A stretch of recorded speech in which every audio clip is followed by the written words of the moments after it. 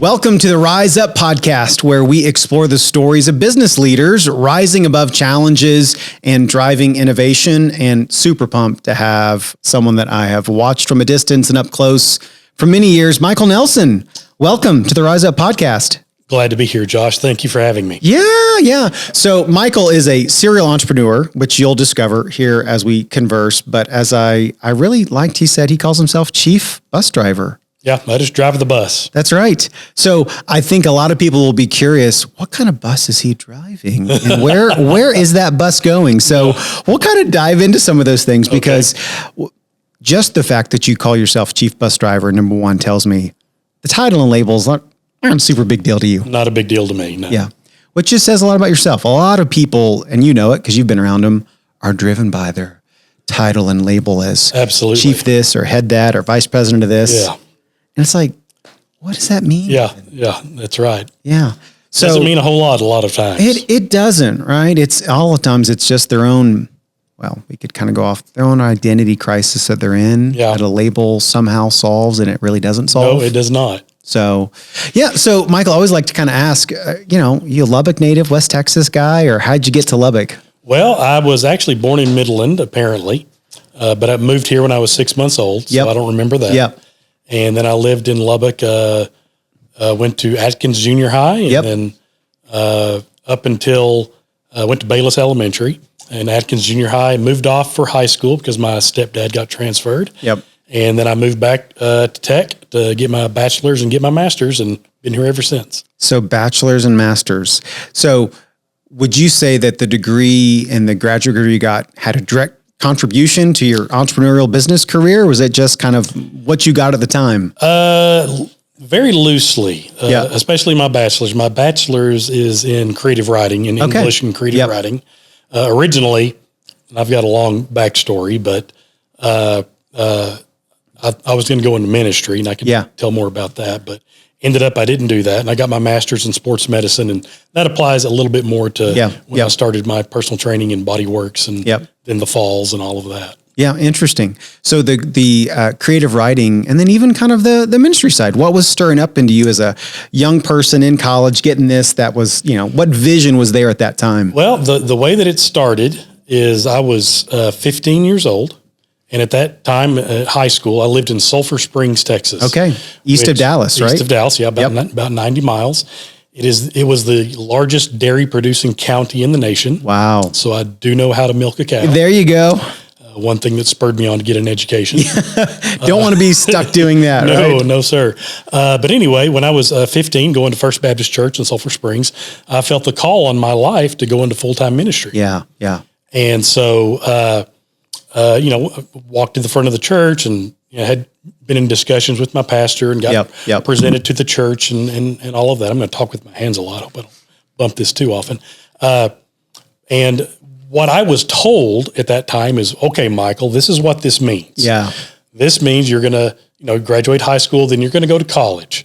And then after you go to college, then you're going to go to seminary. Yep. And then after you go to seminary, then you're going to be a youth pastor, you're going to pastor a small church or something like that. So at that point, that's what I thought the plan was. Yep. And as I often say, if you ever want to make God laugh, just tell him your plan. Yes. He often has something different in mind. Yep. There's a proverb that I think is so appropriate, and it's like a man makes his way, which is somewhat accurate, but it's the Lord who orders the steps. Yep. And it's like trying to get on page with that second half of like, will I allow my life to be ordered? Yeah. And ultimately, I'll say this, you probably can too. The outcome actually is much sweeter and beautiful than my best laid. Oh, absolutely. Yeah. So when I started, I've been a writer, pretty much my entire life. And so when I was getting my bachelor's in creative writing, I also started personal training. Yep. And this is, every time I say this, it's just such a weird thing. I was Lubbock's first personal trainer. Wow. I mean, we're talking about 91. Yep. Actually more like about 87, 88. Yeah. And so I started this personal training because I was always doing powerlifting and bodybuilding. And I got to ask, as you're describing it, where was that gym? The original, originally I went to people's houses. Okay. So you took equipment with you? Well, yeah, I had like a little case of dumbbells and bands and all that stuff. And so I was training people at their houses. I trained some people at the rec center at Tech. Yep. And then a few people at a place called Flex Fitness here in town. And of course, when I first started, nobody had any reference point for what I was doing. Yeah. They're like, you want me to pay you to do what? Yeah. Yeah. To, change the weights for me? I don't understand. But once it did kind of catch on, it caught on pretty fast and pretty aggressively. And so within just a few months of my starting the business, I actually had to hire a couple other guys with me to start carrying all the overload. Yeah. Because I was just getting too booked up. And so anyway, after that, it was just going gangbusters, but I was, graduating with my bachelor's, and I was going, well, God, I don't understand this. Yeah. This isn't lining up with what was told to me a few years ago. Exactly. I'm like, I thought I was supposed to go to seminary at this point, but this personal training thing has caught on, and, it's really successful. And I just submitted that to my prayer life. And, I just kind of felt God say, Michael, don't make it so difficult. Yeah. Just go through the door I've got open. That's good. That's really good. And so, instead of going to seminary, I went and got my master's in sports medicine. Yep. And while I was doing that, of course, the training business really took off. It was just doing very, very well. But, 18 months later, I was again at that same crossroads. I'm like, okay, so I've got this degree now, but what's next? And I was like, maybe I'm supposed to go to seminary now. Again, submitted that to my prayer life. And I just, kind of felt God a little more forcefully, kind of kicking me in the tail and go, look, go through the door I've got open. Yeah. And so instead of going to seminary, I opened up my first club, Bodyworks, 1992. And, my first club was 4,000 square feet. Yep. Where was the location? It was at 72nd and University, right across in that little strip center. Yes. Across from KLBK. Yep. I had 10 weight machines, 4 pieces of cardio, and that's where I started. In fact, the cardio that I bought was just, I bought it from Sears. Yep. I did not even know enough at that point to know what commercial cardio was. Sure. And so after 6 weeks, when they all broke down and I couldn't get them fixed, that was one of my many lessons learned. One of the lessons learned. This will be kind of fun. We talked about this off air a little bit, but I want to back up for a moment because I think what you're speaking to, there's a lot of people listening that they have some really impactful personal moments. And to your point that you said, sometimes they're either ill-informed or just rightfully informed of like, this is what it's supposed to look like. This is the shape and the form. And when it's not playing out that way, sometimes frustration comes in to lives, and you've seen it. Sure. And what I'm going to kind of ask and assume, because I know you enough to know this way, and that is the calling that you felt that had the label or the title of ministry or pastor or seminary, although right and good in intention, I would argue or emphasize that you have pastored, you have mentored, you have spoken into countless lives, team members, associates, clients, quite possibly in greater capacities than sometimes you can in labeled, titled ministry. Absolutely. And in fact, at the end of the day, that's what I tell people.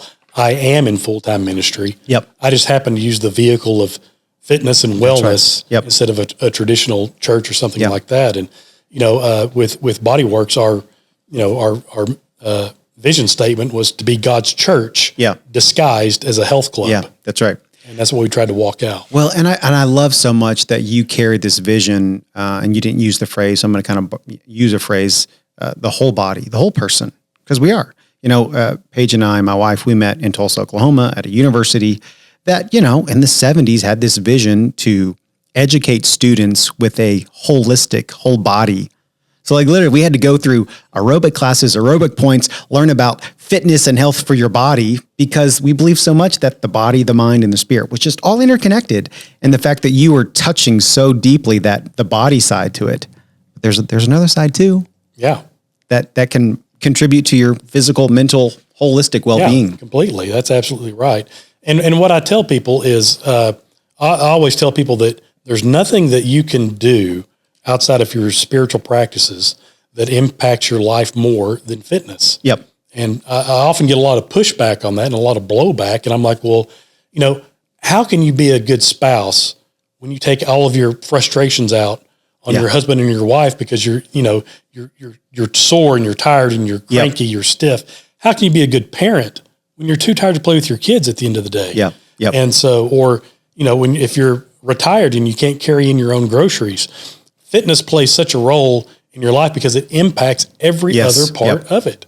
Well, and I'm going to tie into even your Falls Fitness. I referenced this off air. My mom years ago, and you'd look at her, you wouldn't know that she's the age that she is. And she felt a real deep conviction about 15, 20 years ago of God just saying, if you want me to use you in the way that I know you do, you got to take care of your body. You have the longevity and the usefulness that I have called for you to do, but you got to play your part in your body. That's right. And so she really began a commitment to just, even in older age. I mean, she was in her 60s, starting a fitness that she didn't have when I watched her. I mean, she was always healthy. Yeah. And she loves the Falls, loves your impressive. people, the Falls. So, but to your whole point, she knew this is something I have to take care of. Yeah. So I can be purposeful in the other areas of my life I want to be purposeful in.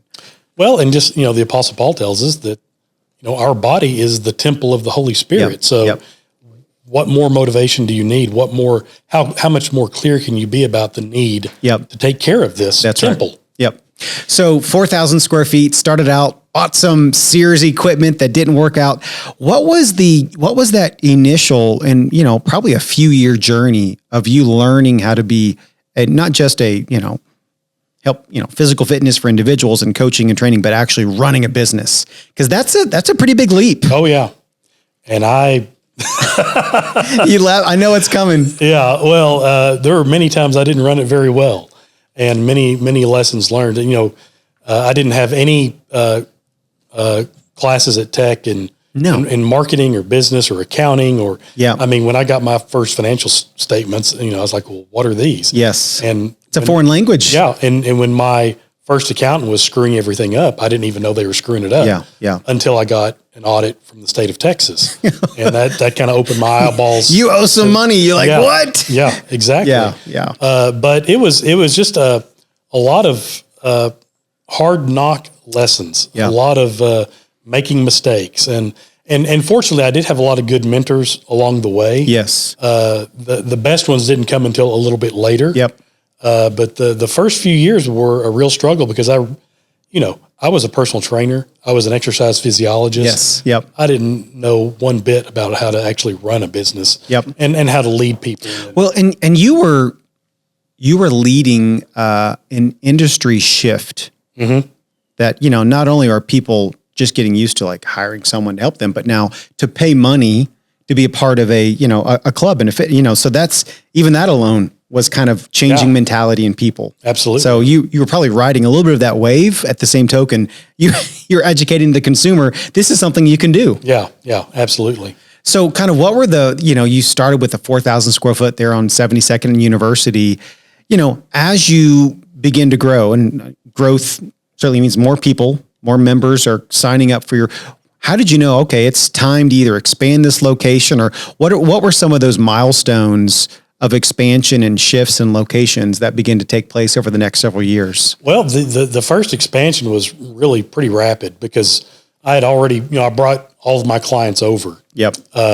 Whenever I started the club, and 4,000 square feet is not very big. Yeah. Yeah. And so, the expansion started within probably 6 months. Yep.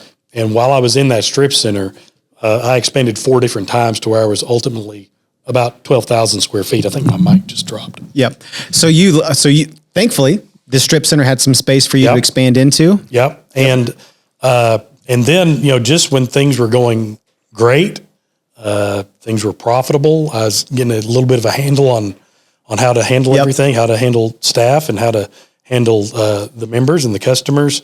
Well, then a World Gym opened up. Yeah. Over on 98th and Slide. Yep.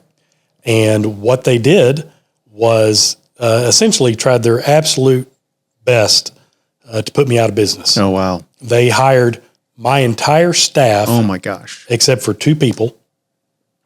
Only two of my staff stayed. And what they would do with our members is that if one of our members came over to their club, they did not have to pay any money down or any dues until their membership with us had expired. Oh, wow. And so, obviously a good chunk of people left because that was the new shiny thing. Of course. Yeah. And so it got down to, double digits in the bank account. Wow. And I had a business partner at that time that the business partner allowed me to get the funding to get started. But when things got rough, the business partner had no intention of putting any more money in or hanging around or anything like that. Yep. And so I convinced him, since his name was on my bank note with the equipment as the guarantor, I told him, I said, okay, let me buy back your half. Yep. At a fair price. Yep. I'll get you off this note somehow, and just let me go down the road. And I'm going to make it, or I'm not going to make it without you. And I don't think he was being kind when he did it. I think he just thought, well, this is just a good chance for me to get out of here without being on the hook for this loan. So, but I did that, and I just redoubled my efforts, got to work even harder. Yep. And from that point on, once again, it just took off. And before too long, we moved over to, because we expanded all the way in that strip center to where we couldn't go any further. We opened up the next club on Brownfield Highway, which is Marcia Sharp now.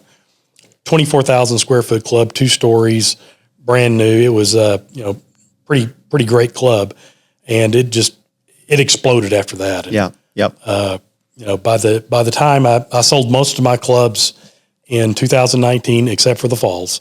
And when I sold, we had about 24,000 members and about 300 staff people. Wow. And that's when I thought it was just time to let it go. So let me ask you that question, because I was thinking about this conversation. You walked through what a lot of people would love to walk through, and that is, highs and lows, grew something, multiple locations. And then did you actively seek out, or kind of, I'm curious, over the last few years before you sold in 2019, had you been getting approached by other clubs? No. Or was this kind of something in your, what in your brain shifted to, I think I'd like to explore this? Was it your own thoughts and then you sought it out, or did it come to you, or kind of how did the relationship come about to even explore selling? Well, I had no intention of selling. Yeah. And I may get a little emotional at this point, which is okay with me. So don't be uncomfortable. But at 2019, I was approached by, TrueFit here in town, to purchase the clubs. And, at that point, I guess I would have been 50. And of course, part of me was like, okay, let's go. Yeah. I mean, I don't want to sell it. Let's go down to the mat. Yeah. Cause I'll take on all comers just like I always had. Yeah. And I still believe to this day, had I chosen to go that route, I would have been successful. But at about the same time, my dad got diagnosed with terminal cancer. Mm-hmm. Yeah. And my wife was pregnant. Yeah. And so I started, really considering what that next year and a half would look like if I had to put everything I had back into this business, working 14, 16 hours a day, 7 days a week, and then lose those last few months with my dad and maybe not be there as much as I should be for my wife while she was pregnant and then having our son. And so honestly, even though it was the hardest decision I've ever made, I just felt that God had kind of just orchestrated that all together, because I'd been in business 26 or 27 years, never had an offer. Yeah. And then during this key crucial moment, I got one. Yeah.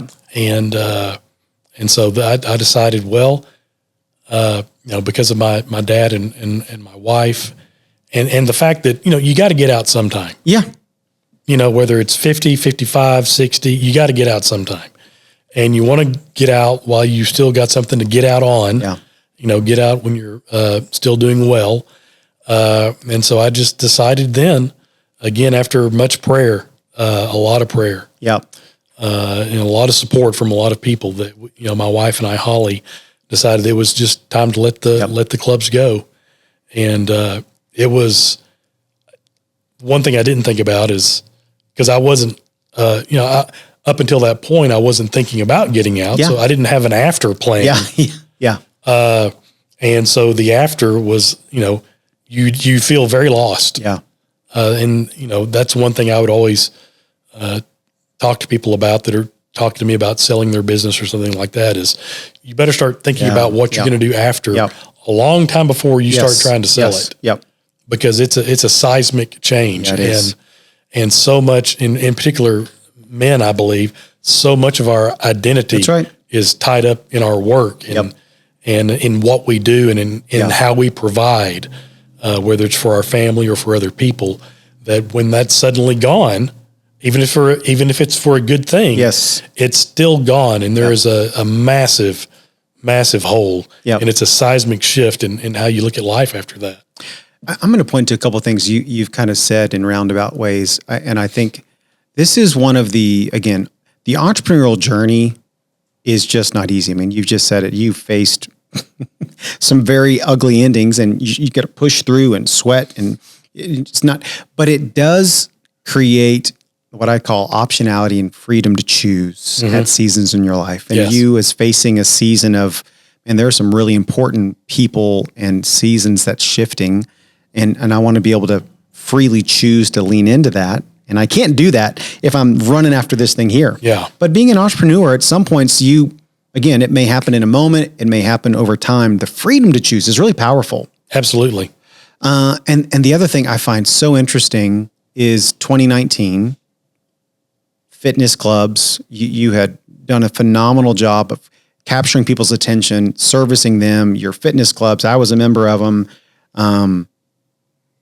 6, 8, 9, 12 months later, a very different change in the world happened and fitness clubs were impacted significantly. Oh, absolutely.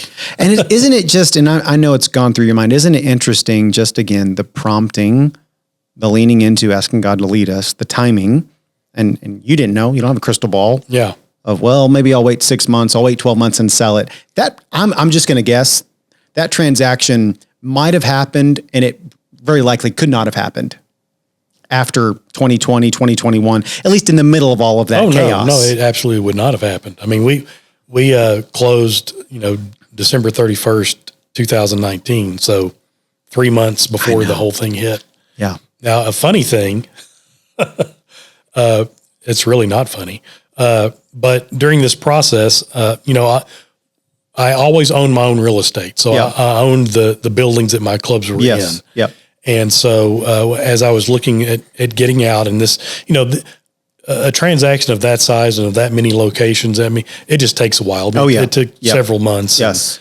But during that time, I was talked into diversifying my interests and there, don't keep these buildings where the health clubs are going to be. You need to sell these buildings, to somebody else and 1031 it into some other things. And so in 2019, I bought Alamo Drafthouse. So you talk about the two businesses you don't want to be in when a pandemic hits. Yeah. Well, that was the other one. Yeah. Well, and again, no one has a crystal ball and it's just like, all right, navigate this as best as we can. I am curious, the falls, that wasn't part of the transaction. Was that partially on your side, their side, or was that kind of an agreeable negotiation, or what about falls kind of carved itself out? That's a very interesting story. Because the falls is part of where the story now is going today. Yeah, and that's the reason I'm asking that. Yeah. I bought the falls in, I believe, 2016. And it ultimately was supposed to be part of this transaction.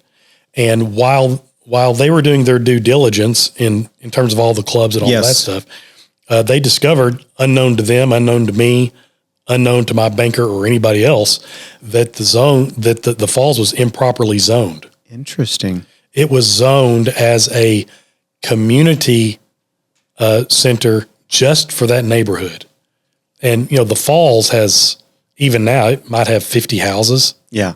I mean, it's true. So nice homes, but only 50. Yeah. Of them. You have a 65,000 square foot club and for 50 houses. So, yeah. And anyway, and of course the original developer of the falls was Benny Judah. Yes. Yeah. And, a lot of people know that story. So not surprising that it wasn't correctly zoned. Yes. Yeah. So anyway, during that process, they found that out. But we were still under contract to also sell the falls to them. I had a year. Actually, I had a year. Had a year to get it zoned correctly. Yep. And then they would buy it, and it wasn't an option. I mean, once it was zoned correctly, I was obligated to sell it to them. And again, I feel like it's just, God's providence and God's timing. Yep.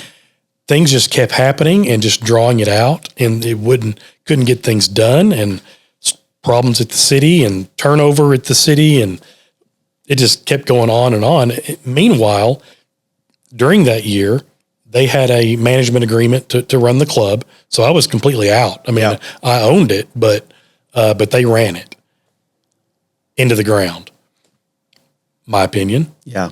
And so I think, whether it was intentional or not, obviously the value of the club was going down because it wasn't being run well. Yeah. And I saw and talked to so many other people about how the other clubs were going at that point. And I just decided, you know what? I'm not going to sell it to them. Yeah. That was that was an enlightening conversation when I had that. They weren't very happy about that. But the deal had expired. Yeah. And they hadn't performed. They didn't perform. Yep. And it did take that long to get the zoning fixed, and we did get the zoning fixed ultimately. And so, it ended up being fine for everybody. I mean, they went on their way to run the kind of club that they have, which there's nothing wrong with that kind of club. It's just not the kind of club that I had run before or that I run now. And so the Falls probably was never going to be a good mix with them anyway. Probably would have been more headache than it's worth. And, but ultimately, like I said, it just, the providence of God, and it, I just kept it. Yep. So I'm going to circle back to the Falls, because that's kind of where some of the story's leading today. But I want to ask this question: in your journey of entrepreneurship, being the business owner, being the chief bus driver, we'll use that phrase.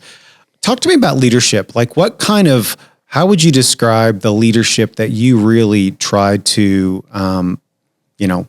embody? What's the kind of leadership that you really emphasized in your organization?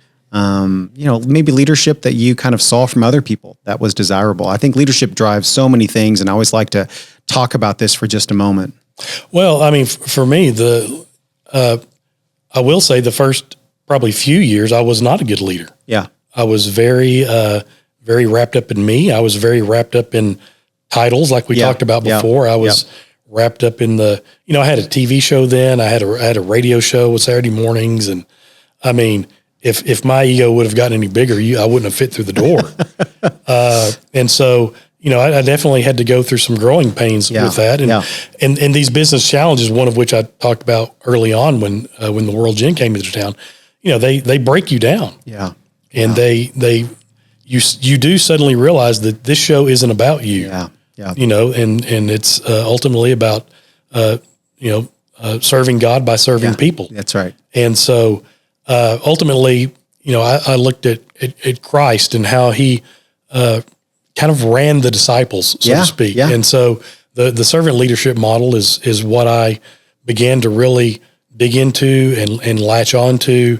And for that, it's, it's kind of an inverted pyramid. Yeah. Instead of me being at the peak of the pyramid, I'm the top dog, I'm CEO. Actually, that's not what it is at all. Yeah. I am the bottom dude. Yeah. I'm last on the totem pole. And it's my job to serve all these other people. That's right. In whatever capacity that I was able to.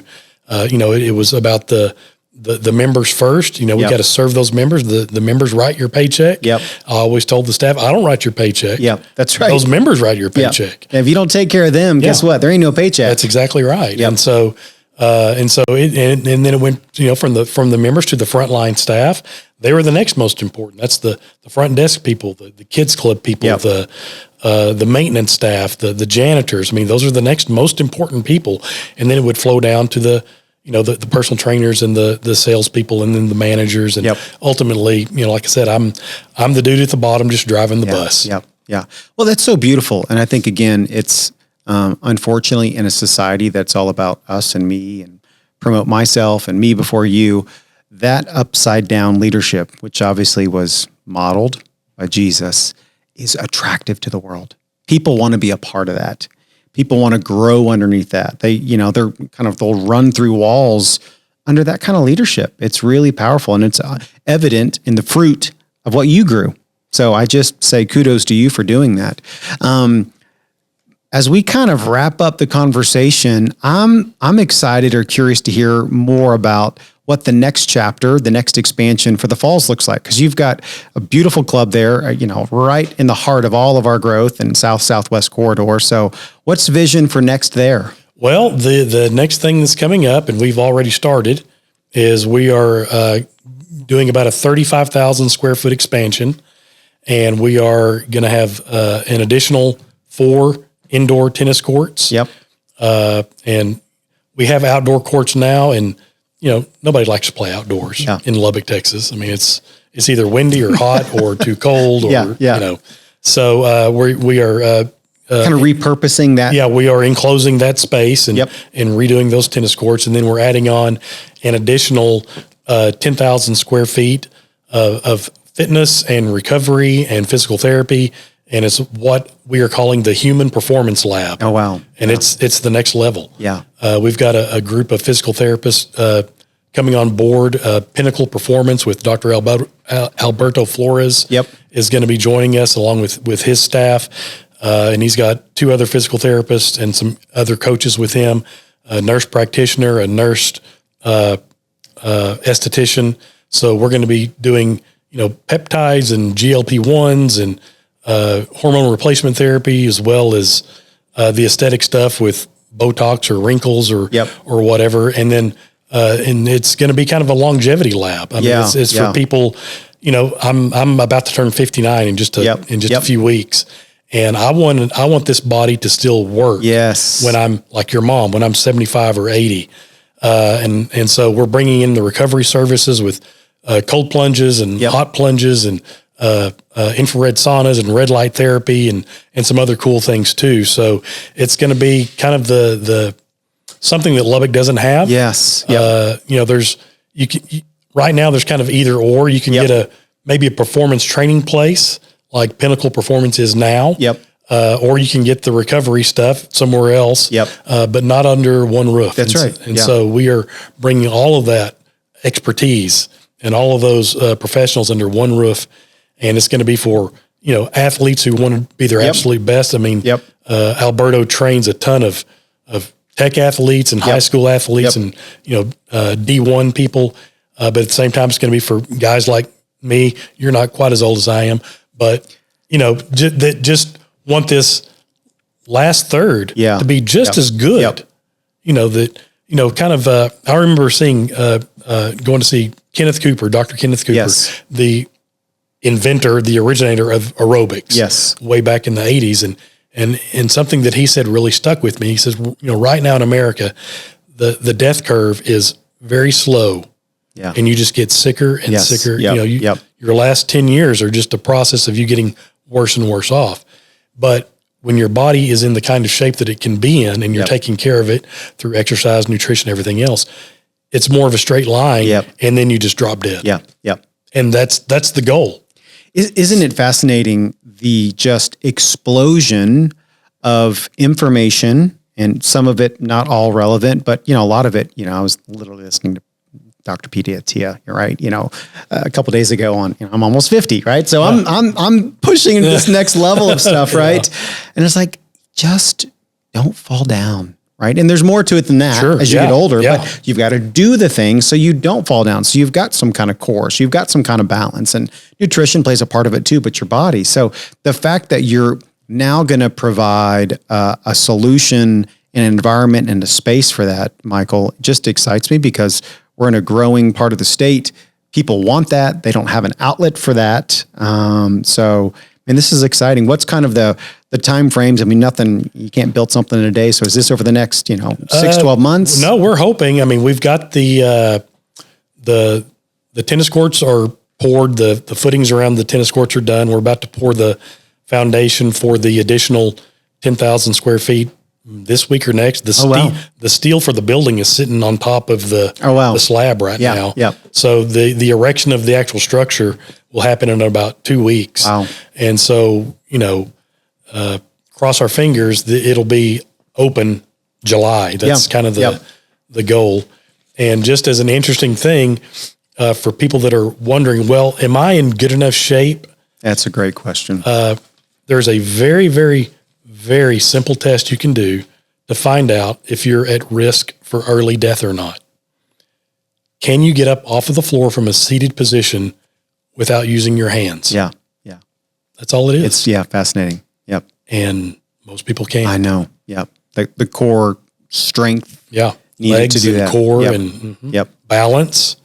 And those all tie in. And of course, it's just an indication of where your ability is at. Yes. Yep. But all of that can be changed. That's right. All of it. Even nonagenarians. I mean, people in their 80s and 90s, they improve strength levels 300-400% once they start an exercise program. I kind of referenced it a little bit, but my mom really did not begin investing into her physical fitness until probably her 60s. And she will be as big a cheerleader for anyone in her peer group or age group or younger that you'll love it. Yeah. More energy. I mean, just on and on and on and on. Exactly. So I love it. Man, I'm going to have you back. And I think we're going to have a whole conversation around just, where can we help people today? Some of the practicals, and then obviously an outlet for it, either in the falls or other things. So a couple of rapid fire questions. What's one of the boldest decisions you made in your business career? Any kind of ones jump out at you? Probably the boldest one was, number one, taking on my second partner. Yep. My first financial partner, he, gave me some money. Yep. We were 50-50 partners, but whenever the business would have a profit, he would take his 50%. He wouldn't want to invest it back in the business. No, he wouldn't invest it back, and I'd leave mine in there. And anyway, and so when it came crunch time, he wouldn't put anything back in. So the next biggest thing was when I brought on my second business partner, which I swore I would never do. Yeah, of course. But his wife and himself and his daughter were one of my clients, and a guy you probably know, a guy named Randy Andrews. Yeah. Wanted to get involved with Bodyworks way back in the day. And I can say without question, were it not for Randy and his mentorship and his knowledge and just his care for me and my family, I would not be anywhere close to where I am today. That's neat. So I want to give thanks to Randy every time I get a chance to. And then probably the last big one, other than when I sold, was when we bought 4th Street. We bought an old Albertsons. Yes. That people thought, that's never going to happen. That's out in the middle of nowhere. Nobody lives over there. That was West 19th, right? Yeah, it was, and it was, 2008, 2009 during the financial crisis. Yes. And everybody thought that was a terrible move. And, but we were able to buy the building a lot cheaper. Yep. And then, when we put in a trampoline park and ropes course and everything else, laser tag around with the fitness, people said, you're nuts. Yep. And it ended up being a great decision. Yeah. No, that was, my little girls got to enjoy a lot of things at that place. Your little ropes course that you kind of had, all of that, those fun stuff. Next kind of question. What's kind of a big misunderstanding about the fitness club industry that you think a lot of people are like, oh, that's just. Number one, that it's easy. Yeah. that it's just putting some equipment in a building and people are going to show up. Yep. I mean, that's probably the number one thing. And the second thing, and this goes along just in general with owning your own business and being an entrepreneur. It's not easy. Yeah. I mean, people don't, they see you when you've had the success. Yeah. And they want what you have now, but they don't want to go through what you went through to get there. And when I tell people that, that I did not have a day off for 2 years. Yeah.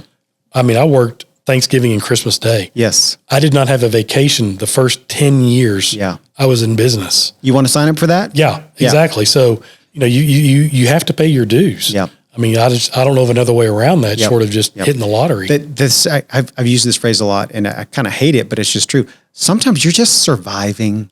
Yeah.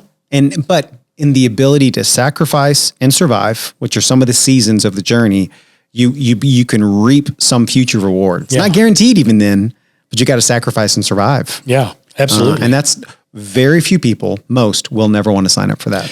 I mean, I went, I think 15 months when I first opened without ever getting a paycheck. Yep. When World Gym, opened up and stole my staff and most of my members, I was down to the point I was putting payroll on my personal credit cards. Yeah. Because that's how close we were. Yeah. Yeah. I mean, I don't know that I would have made it another month, honestly. Yeah. No, it's powerful, and it's not for everyone. No, it's not. In fact, it's for very few.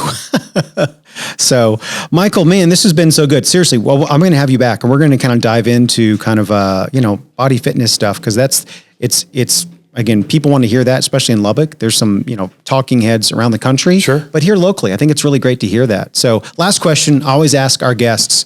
You're sitting across from your 20-something-year-old self. What's some wisdom and advice you'd give yourself?